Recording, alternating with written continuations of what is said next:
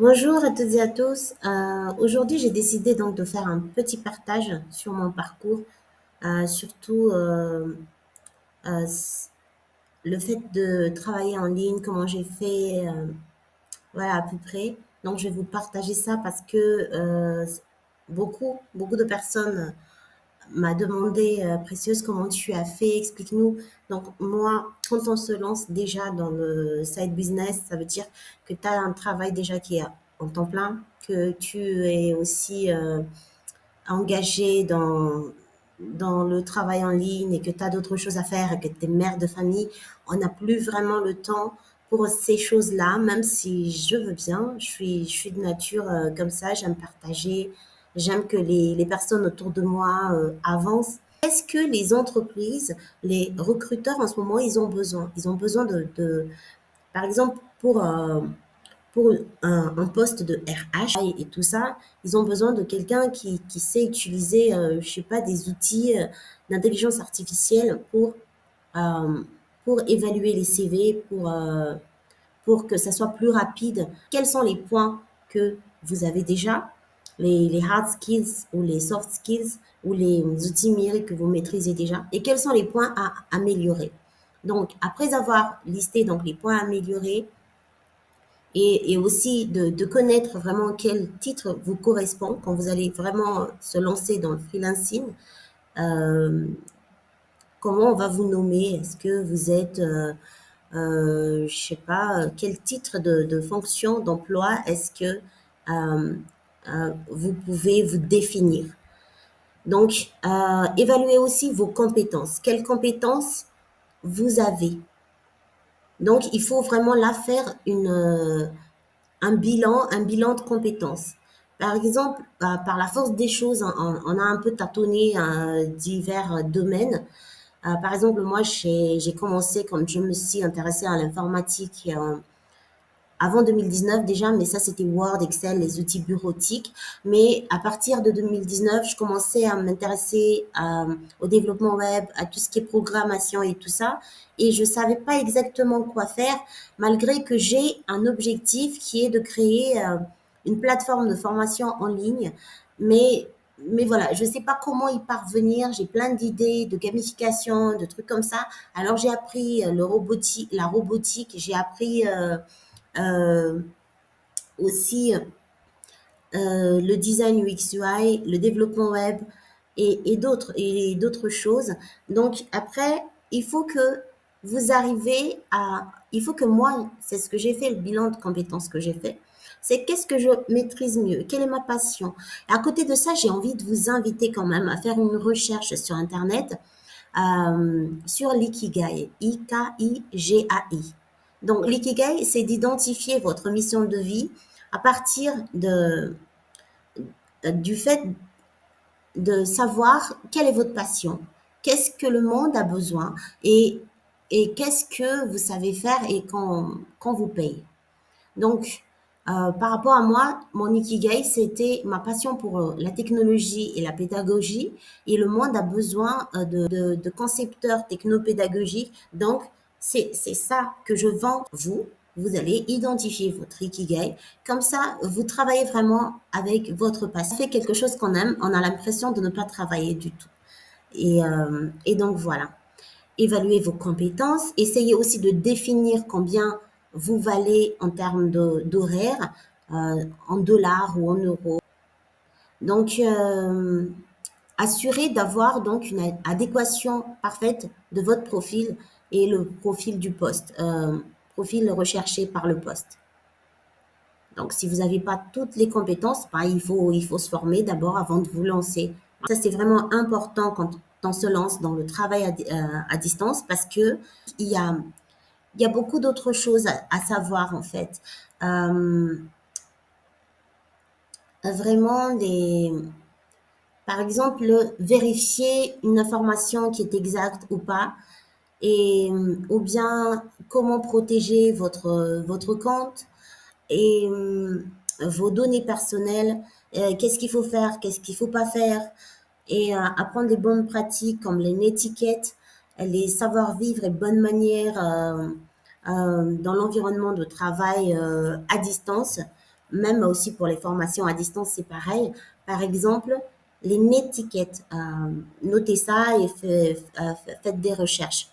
Par exemple, quand vous participez à une visioconférence, il faut pas allumer votre micro. Il faut que votre arrière-plan soit présentable ou utiliser un arrière-plan qui est déjà dans l'outil que vous utilisez ou bien sur Zoom ou Google Meet.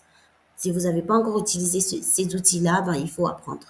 Il faut apprendre, il faut checker sur YouTube, il faut suivre des formations. Il faut vraiment être curieux, curieuse et toujours avoir cette envie d'apprendre. Et j'ai vraiment aimé le fait que je trouve tout ce que je veux apprendre sur Internet gratuitement, sur YouTube et sur d'autres plateformes que vous aussi, vous allez bien évidemment découvrir par vos propres recherches. Mais je vais quand même partager certains pendant ce partage-ci. Maîtriser donc, explorer Pix, c'est une plateforme qui est super géniale, je trouve, qui certifie les compétences en numérique, mais aussi qui t'apprend, qui fait des tutoriels. Donc après, tu passes des tests et à la fin, si tu veux passer test de certification, tu fais le test de certification. Et regarde sur YouTube aussi, il y a des gens qui expliquent un peu. Pour Madagascar, moi j'ai passé la certification auprès de l'agence universitaire de la francophonie. Pour les autres pays, je sais pas. Étant donné que je m'adresse à un public francophone et pas seulement que Malagas, parce que j'ai beaucoup de demandes aussi de partage provenant des pays d'Afrique où j'ai des connaissances, j'ai des frères et des sœurs de cœur là-bas. Donc voilà, c'est pour ça que je parle en français durant ce partage. Maîtriser les outils bureautiques et collaboratifs. Bureautique, ça, tout le monde sait faire, Word, Excel et tout. Mais collaboratif, hum, c'est vraiment essentiel parce que on est à l'autre bout du monde. Donc, il est essentiel de savoir maîtriser ces outils collaboratifs. Donc, je vous ai listé un peu et à vous de le découvrir et d'apprendre comment les utiliser. Développer ses compétences en communication numérique. Donc là, je parle de profil LinkedIn. Donc, en quelque sorte, c'est votre personal branding. Tape sur Internet ce que ça veut dire et créer votre profil sur LinkedIn. Attention, LinkedIn, c'est pas Facebook, je le répète toujours. Facebook, là, vous pouvez partager votre dîner en photo, trucs comme ça, mais LinkedIn, c'est vraiment professionnel. Et l'idée, c'est de partager donc votre passion, votre professionnalisme pour que les recruteurs sachent vos centres d'intérêt et quelles personnes vos valeurs également, en dehors du CV. Maîtriser l'emailing, la rédaction web, vous avez des outils pour ça que j'ai laissé entre parenthèses. Et apprendre les bases de la cybersécurité, c'est vraiment très, très important parce que quand on est nouveau dans ce monde de l'informatique, on risque de s'abonner un peu partout parce qu'on a appris quelque chose sur telle plateforme ou telle autre et on a laissé nos empreintes, ça veut dire notre adresse email et tout. Les, les personnes il y a des personnes qui ont besoin de vos informations personnelles, qui vont vendre ça à à des pirates informatiques ou tout simplement à des entreprises qui en ont besoin.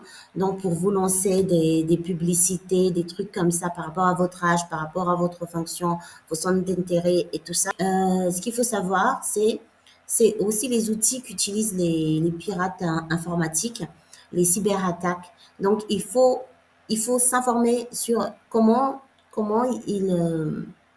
ils arrivent à faire ça. Donc, surtout, il faut pas cliquer, il faut vous protéger, vous d'abord, et protéger les autres.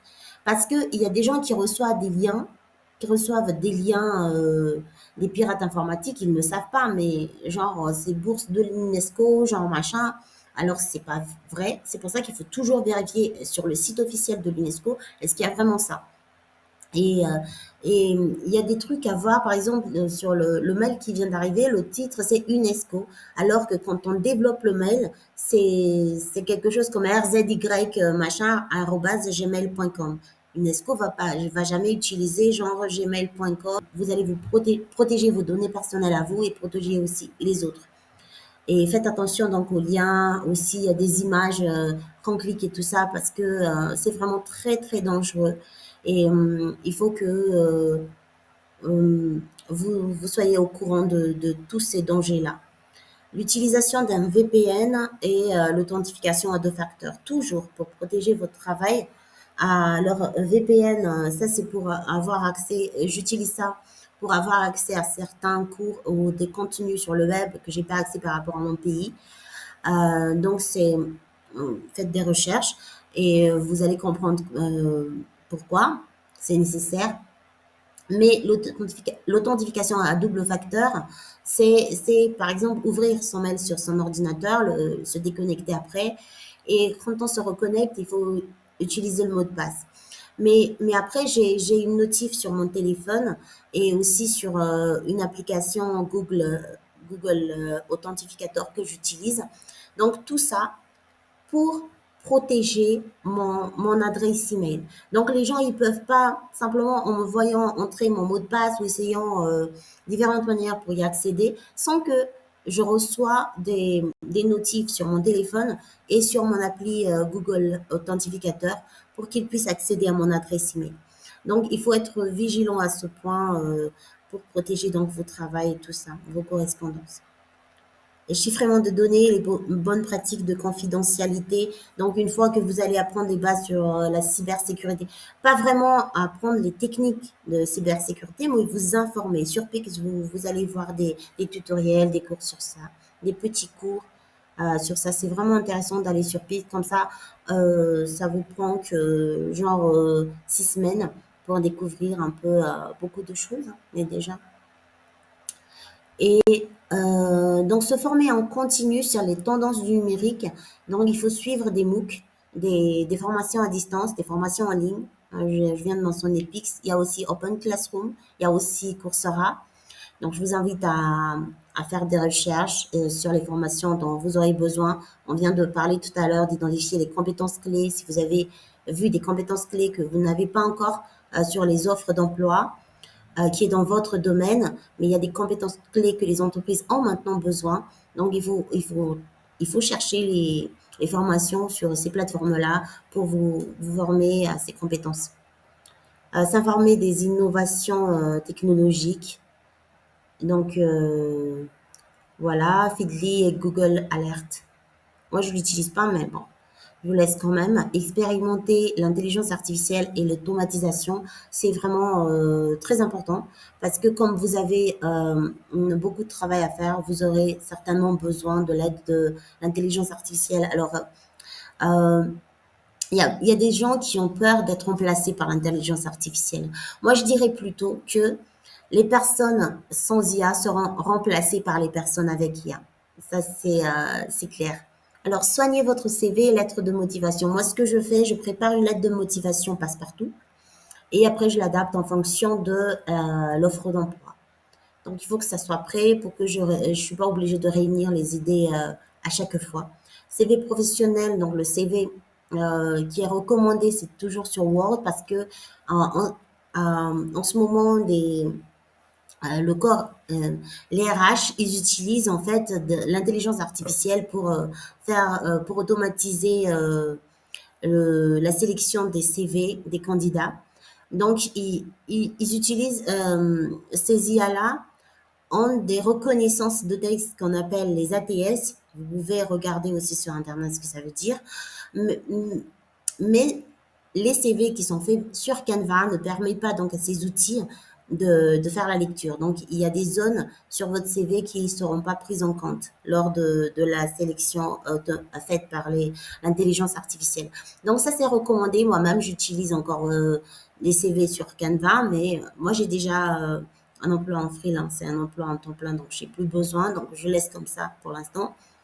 Et voilà comment je fais. Et surtout, il faut bien vérifier de ne pas mettre des fautes d'orthographe et des erreurs de syntaxe dans vos CV, vos lettres de motivation.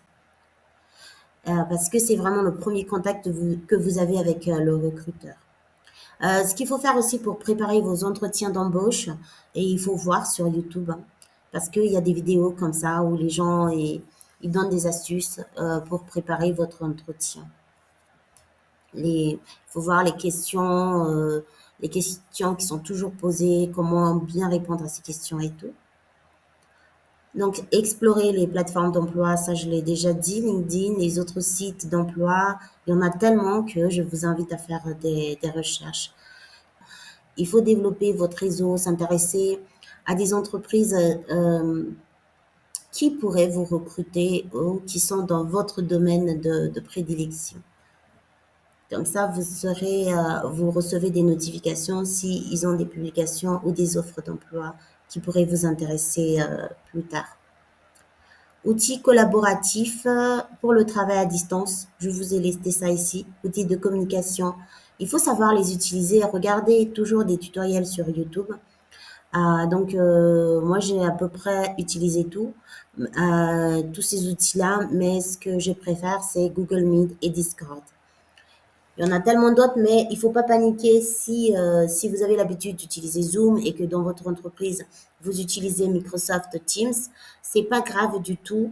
C'est juste l'interface, mais il faut simplement chercher. Après, quand vous avez l'habitude d'utiliser les outils numériques, vous allez voir directement où sont les boutons pour réagir, pour partager l'écran, pour les messages, pour les questions-réponses, pour faire des réactions pendant la visio. Et ces outils possèdent ces fonctionnalités-là, donc pas de panique, juste regardez sur YouTube ce que c'est, installez-le aussi sur votre machine pour voir comment ça fonctionne. Gestion des projets, des tâches. Voilà, je vous ai listé Trello, Asana, Notion, ClickUp. Moi, j'ai pas utilisé Asana et ClickUp, mais Trello et ce que je préfère, c'est surtout Notion. Pour ce qui est stockage et partage de fichiers, Google Drive, Drop, OneDrive. Moi, ce que j'aime, je préfère, que je vois beaucoup utilisé dans différentes entreprises, c'est surtout Google Drive. Donc, la plupart des gens ont aussi des adresses mail Gmail, donc c'est plutôt Google Drive qu'on préfère, mais bon. Mais la fonctionnalité est aussi à peu près pareille. Et ce qu'il faut retenir quand on utilise ces outils collaboratifs sur un Google Drive, par exemple, de stockage ou de partage de fichiers, c'est justement le partage pour pas que tout le monde qui utilise le lien puisse modifier votre travail, sauf si c'est vraiment exprès. Par exemple, moi, je travaille avec Axel, par exemple, et je veux que Axel puisse faire des modifications sur le fichier doc que j'utilise sur Google Drive. Alors là, je fais un partage avec droit de modification à Axel. Mais si je veux que Justin, lui, il lit tout simplement qu'il n'a pas le droit de modifier, donc je donne à Justin le lien simplement en tant que lecteur.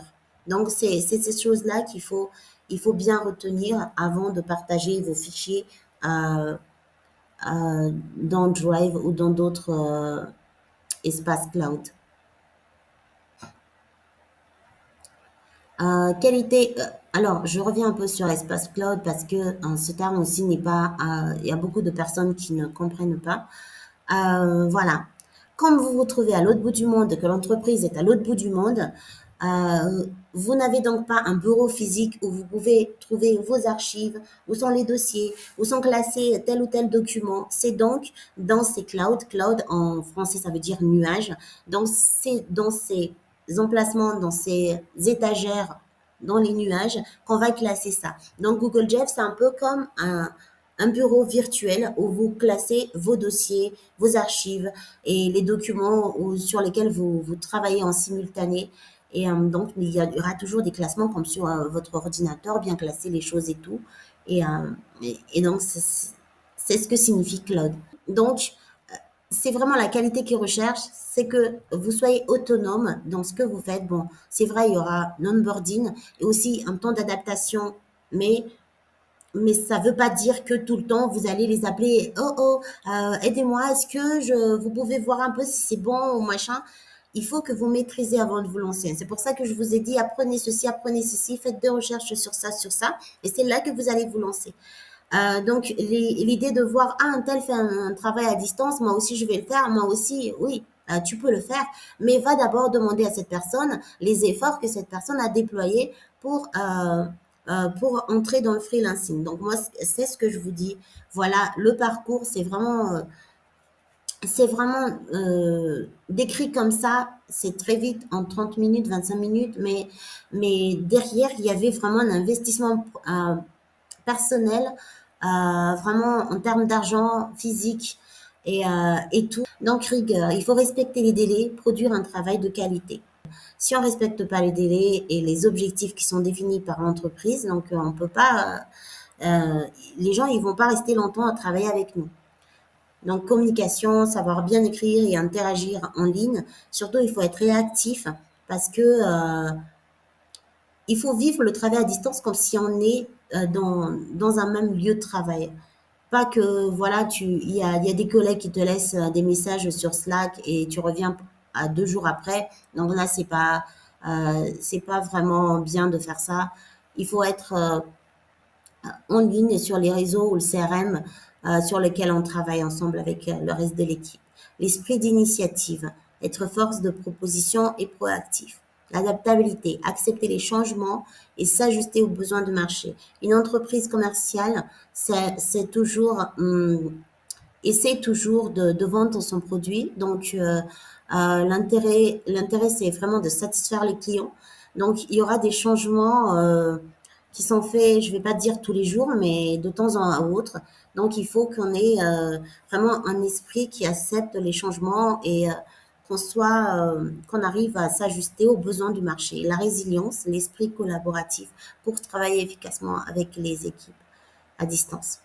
Voilà, donc, je vous laisse découvrir un peu vos compétences clés, les compétences recherchées sur le marché, de vous former, de faire vos propres recherches et de suivre votre propre voie aussi, hein, c'est vraiment ça. Et bonne chance, bonne chasse. Au revoir.